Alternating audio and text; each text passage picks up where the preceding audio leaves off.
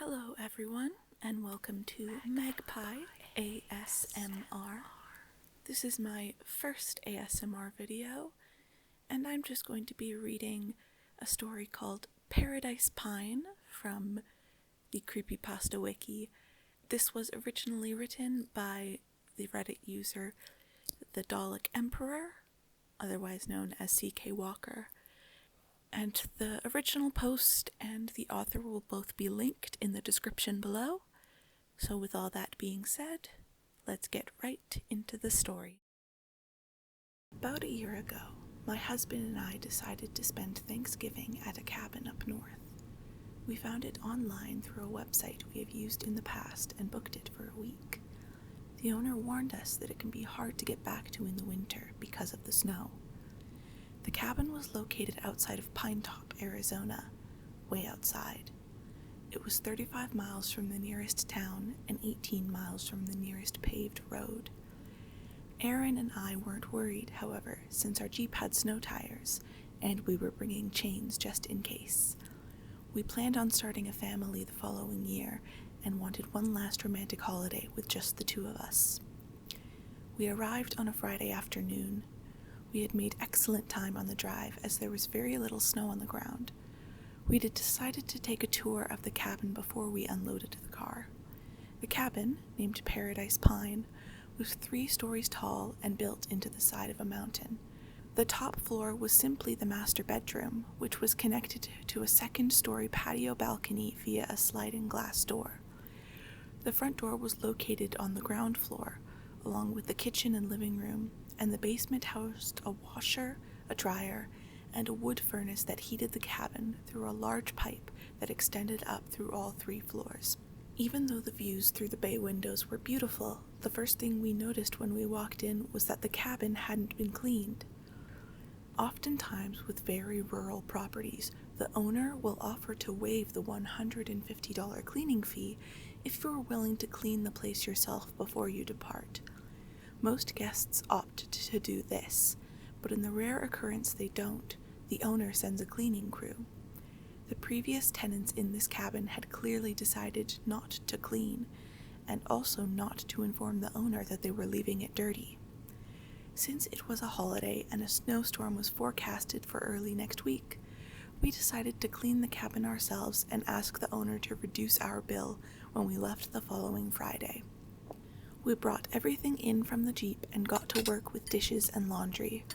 Afterwards, we made an easy dinner, opened a bottle of wine, and played a few games of billiards on the pool table in the living room. The temperature started to plummet at around 6 in the evening, and I asked my husband, Aaron, to go down and light the furnace in the basement.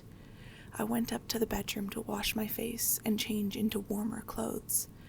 The bathroom connected to our bedroom was oddly doorless, had a broken mirror, and a torn-down shower curtain. Wow, there's been some cowboys in here. They hadn't even bothered to pick the glass up off the floor before they left. I did so carefully, regretting the stupidity of the drunken idiots who must have stayed here the week before. I took a few photos with my phone and planned to send them to the owner when we got back to town on Monday. I certainly didn't want to be charged for damage inflicted by the previous tenants. I met Aaron on the ground level and told him about the bathroom. Well, that's not the only thing that's broken. The light's out in the basement and I couldn't find a flashlight. I did manage to find the furnace though. I squirted some of that cheap vodka your sister sent in there, threw in a match, and hoped for the best. Seems to be working, I stammered through now chattering teeth. I can feel the heat coming through. I held my hands up to the metal pipe that wound its way around the house. Keep the basement door closed. It's freezing down there. One of our favorite things to do when staying at a cabin is to read through all the journal entries of the previous guests. Usually it was just things like went fishing with the kids, caught a bass, or had a barbecue, played cards with the family. But occasionally you found something more interesting, like got drunk, set a tree on fire. We found the Paradise Pine diary and snuggled up on the couch. Aaron read aloud the first 4 or 5 entries before I decided to take over. We were about halfway through the book when we called it a night and went to bed. The following evening, we stayed up late as we had had a long nap that day. The plan had been to go on a hike, but it had been too cold out. Luckily, the furnace in the basement was, to our amazement, still burning. We spent the whole day lazing around the living room. After dinner, Aaron practiced pool while I read aloud from the journal, starting where we had left off. I read for an hour before finally arriving at the journal entry of the guests who had stayed before us. I was very interested in this one. These people had to have a good story. The writer had chosen to format his entries into dates with timestamps. There were over 6 pages, and I could already tell the handwriting sort of disintegrated as the days wore on. Wow, they must have been drunk all weekend. Look at how messy this handwriting gets. I held the book up to Aaron. "Can you read it?" he asked, spinning the 8-ball into a corner pocket. "Of course. I'm great at reading other people's shitty handwriting by now." I sent him an impish grin and took another sip of wine before beginning to read. Sunday, November 4th, 3:30 p.m. Wow, what a beautiful cabin. My wife and I booked this place for 2 weeks on a whim, and we can't believe how lucky we got.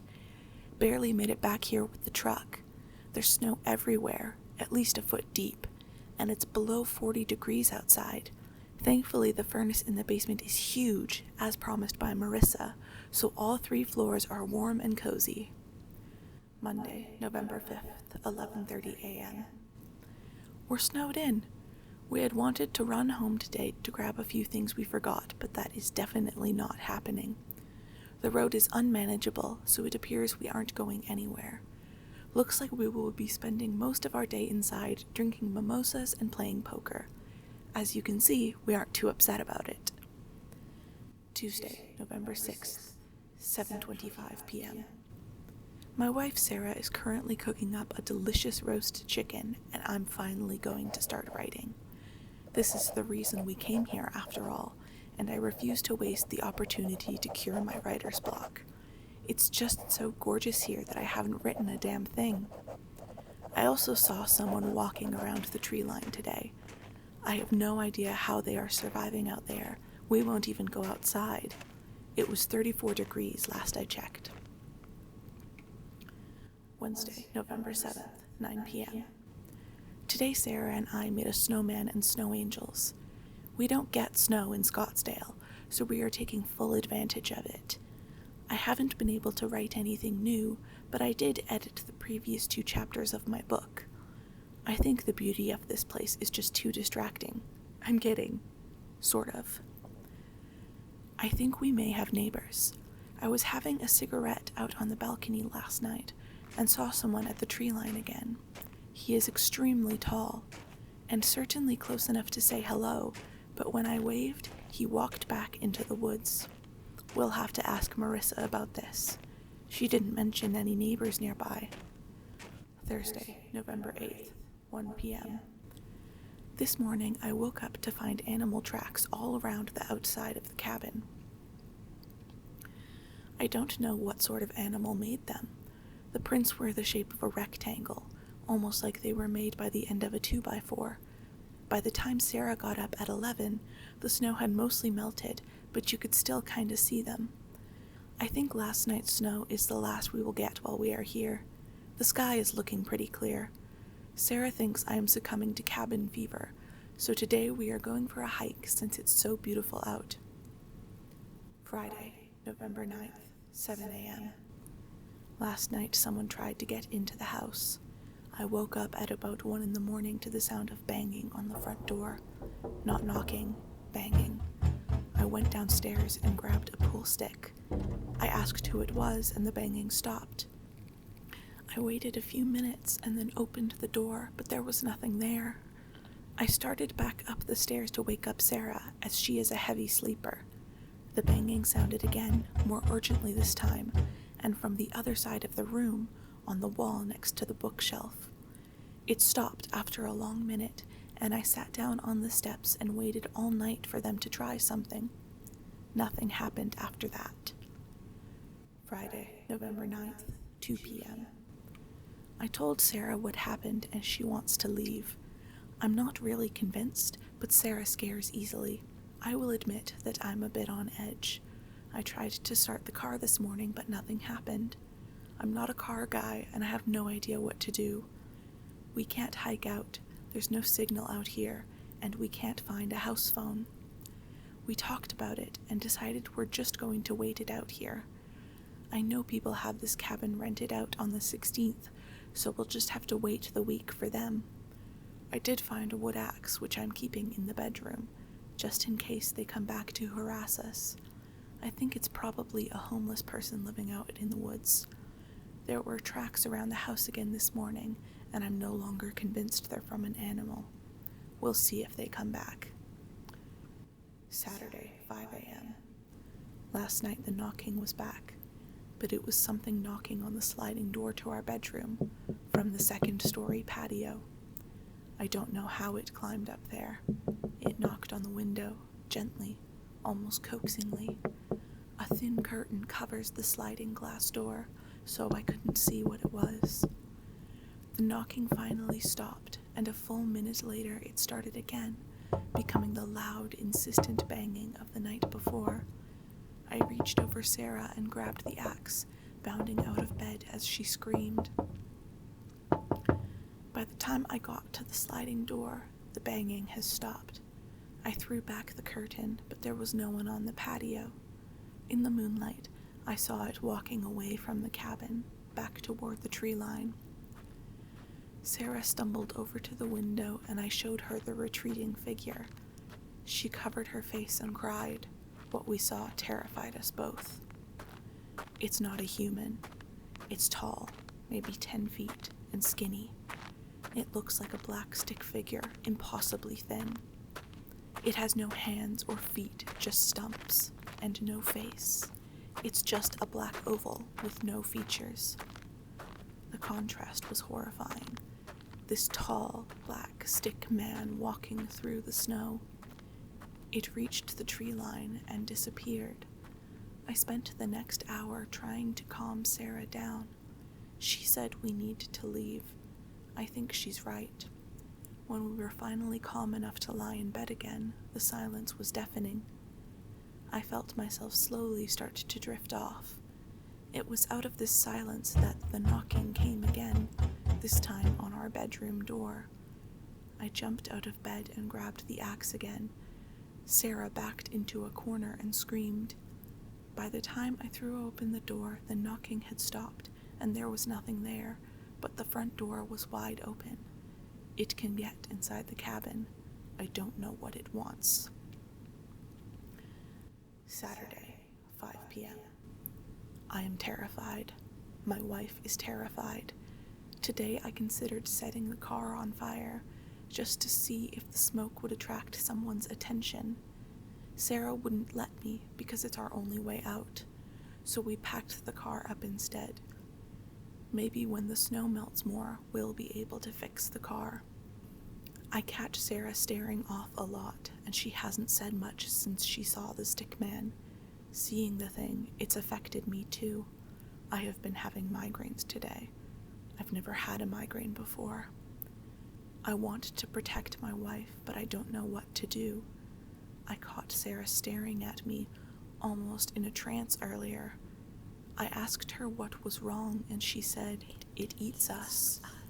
She seemed to snap out of it pretty quick after that, and asked me why I was staring at her.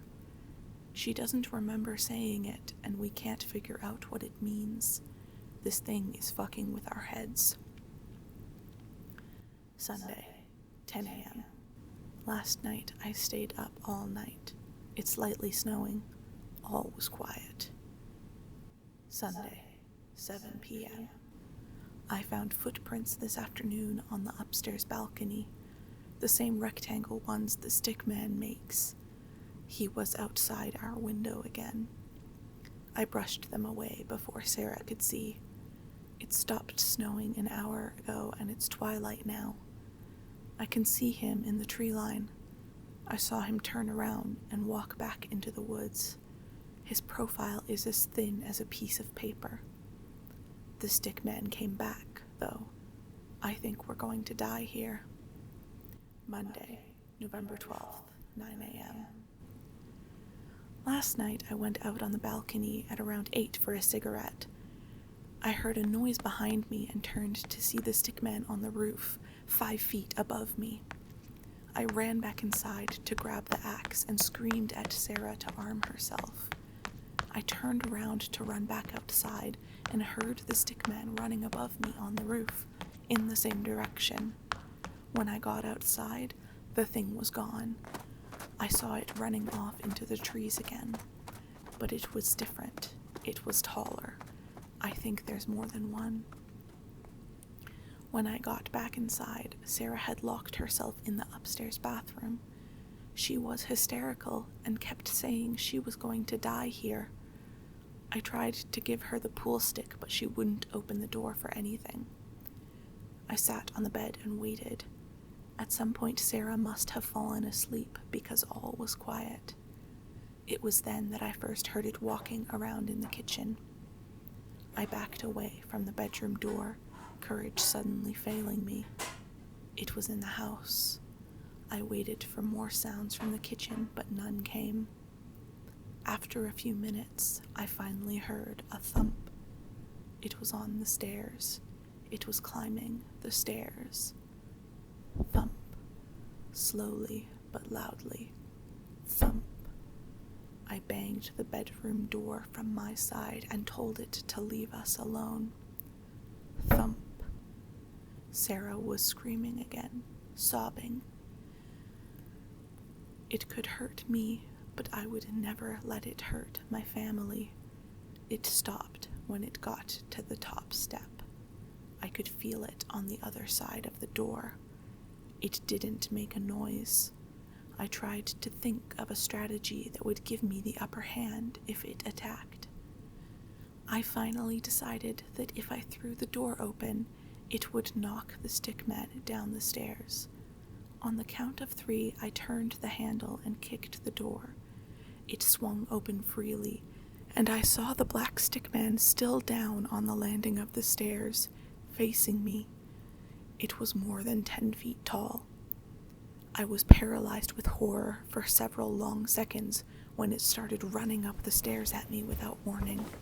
I stumbled back into the room as fast as I could as I realized that death at the hands of the stickman was more than death, worse than death. It ate you. It kept you. It stopped at the top step and dipped its head through the door, taking 2 steps into the room. It was just a tall, black shadow, almost more of a dense absence of light than a solid black. Realizing the axe was still in my hand, I moved between the stickman and the bathroom door. I raised the axe to attack, and at that moment the stickman screamed. It was unlike anything I had ever heard before. I wanted to hold my hands over my ears as I felt an ebbing thunder in my brain. I heard the mirror shatter in the bathroom from the sound. I thought of Sarah. With the last ounce of strength I had, I ran at the thing, axe high, and brought it down in the creature's chest. Over and over again, for what felt like forever, but was probably no time at all. It threw me aside, and I heard my wife scream. That's the last thing I remember before I passed out. When I opened my eyes again, it was mid-morning. My wife was gone. The bathroom door was gone, and the axe was gone. I looked for Sarah all morning. I walked deep into the woods. I searched for miles. I am going to sleep for a few minutes and then go back out into the woods to find her. I hope I meet the stickman. If Sarah is dead, I want to be dead too. I think that's what it wanted all along. Monday, November 12th, 6 p.m. It's getting dark and harder to search the woods. In my mind, all I hear is her voice. It eats us, over and over again. What has it done to her? I couldn't save her. After everything, I couldn't save her. When I first realized I had forgotten my medication, the snowstorm stopped us from leaving. But when I saw the stick man, I thought it had been a blessing in disguise. I needed to be clear-minded and alert to protect my family, and I couldn't do that when I was on the haloperidol. But it didn't matter in the end anyway. I couldn't save her. The car started on the first try this morning. It's letting me leave. I'm going to drive around to the other side of the mountain and walk back towards the cabin. Maybe I'll find the stream. Maybe I'll find Sarah. It would be useless to stay another day. The stickman is gone. I know it in my heart. And it's below freezing, and the furnace has burned out. The firewood is gone. If I find her, I'll come back and write in this book. My only friend now. Aaron had stopped playing pool long ago, and the wine hadn't been touched since I started reading. We stared at each other as the last line echoed around the cabin. We both seemed to wake from our paralyzed state at the same time. I threw the book across the room, and Aaron backed up into the bookcase, saying, "Jesus!" "This is fake, right?" I asked as I stood up. I didn't need the glass of wine anymore. I needed the bottle. "I don't know, Linz. I don't think so." "The guy said he was a writer," I insisted. "He probably just wanted to write a scary story for other guests, although he really crossed the line into downright disturbing." I took a sip of wine and turned around to see Aaron eyeing the stairs, warily. "You can't be serious, Aaron. It's creepy as shit, I agree, but come on." Almost like he didn't hear me, Aaron started ascending the stairs. I don't know what he wanted to see up there, but I put the wine down and followed suit. By the time I got into the bedroom, Aaron was sliding the glass door open. I followed him out onto the balcony. You could see the tree line from the patio very clearly. I searched the woods for any movement but saw nothing. I turned to say something to Aaron and found him studying the roof. He threw a wild look at me and walked back inside. I followed him in. Aaron paced around the room. "What?" I was starting to get annoyed. "It's all just like in the story. You can see the tree line, the field, and the roof from the balcony. And look," he pointed to the attached bathroom. "There are hinges but no door. There should be a door. It's a bathroom, and the mirror—" "What?" I interjected.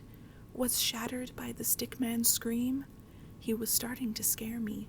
Aaron was usually the most logical person I knew. "The stickman. Did you even pay attention to what you read? There was no stickman." "No shit." "No, I mean, there never was. His last entry about the medication, and how they got snowed in and couldn't go back for it. Haloperidol. It's used to treat schizophrenia. Lindsay, go read it again. The entire thing is him slowly succumbing to his psychosis, page by page. Hell, his wife knew it was happening." "This is madness, Aaron." I walked into the bathroom and looked around. "You think someone died in here? 4 days ago?" Aaron shook his head. "I don't know. I think it's a possibility. The shower curtain is torn down. The mirror is broken. It certainly looks like there could have been a struggle in here. And the door, the axe, both missing." The logic of his conclusions began to dawn on me. "Oh my God, if this is real. Aaron, we cleaned this place top to bottom when we got here. If there was a murder, we've destroyed all the evidence. We didn't know. We didn't know that someone died here. We still don't know. Aaron, where's the body?" "I don't know. Maybe it's buried out in the woods." "We need to leave. We need to go get help. Let's take the book to the police and tell them what we found when we got here, just to be safe." Okay, Jesus. This guy could come back any time. Let's get out of here. We had just started down the stairs when another thought occurred to me. I stopped on the landing. Aaron, he turned around. Yeah? He said the fire in the furnace had burned out. Did you put firewood in when you lit it? No, it was almost pitch black. I couldn't see any firewood. But we've been burning that furnace for almost a day. I could see the implication slowly dawning over Aaron's face. What have we been burning, Aaron? He ran for the basement door, and I followed. When he opened the door, I can't describe to you what came up from below. It was a hot, pungent, heavy air. I stood on the top step as Aaron descended into the basement. The axe is down here. I took a deep breath and followed him down. I stopped on the bottom stair, refusing to go any further. It was still very dark, but for the light coming down the stairs and a soft orange glow in the back of the room. Aaron knelt in front of the stove door. He looked over at me, and I nodded. Aaron slowly turned the handle and pulled open the furnace door. The fire inside lit his face, and after a moment, the horror expressed there told me everything I needed to know. They found Jason Harding less than a month later. He had hung himself out in the woods, 50 yards from the cabin. In fact, he had been hanging there when we pulled up on Sunday, the 18th of November. I've often wondered if he hung himself because he wanted to be with his wife, or if he hung himself because he realized what he had done. I hoped it was the latter because I hated him so much, not for his mental illness, not for his crime, but for what he did to us. Sarah Harding had burned in that furnace for a day, and for a day we had breathed in every atom of her body. We had kept warm by the flesh of her corpse. Why didn't it smell? We were given a very scientific explanation, citing high burning temperatures, years of pine infusion, and the pieces of wooden door burning in there with her. But it didn't stop the nightmares. The case made headline news, at least locally. Aaron and I managed to prevent our names being associated with Paradise Pine through an anonymity clause on our witness statements. We never told our friends or families we were involved. We tried to forget. Paradise Pine still stands today. It is available for rent, although the name has been changed. The owner insisted on keeping the cabin journal, so the police tore out Jason Harding's pages and gave it back to her.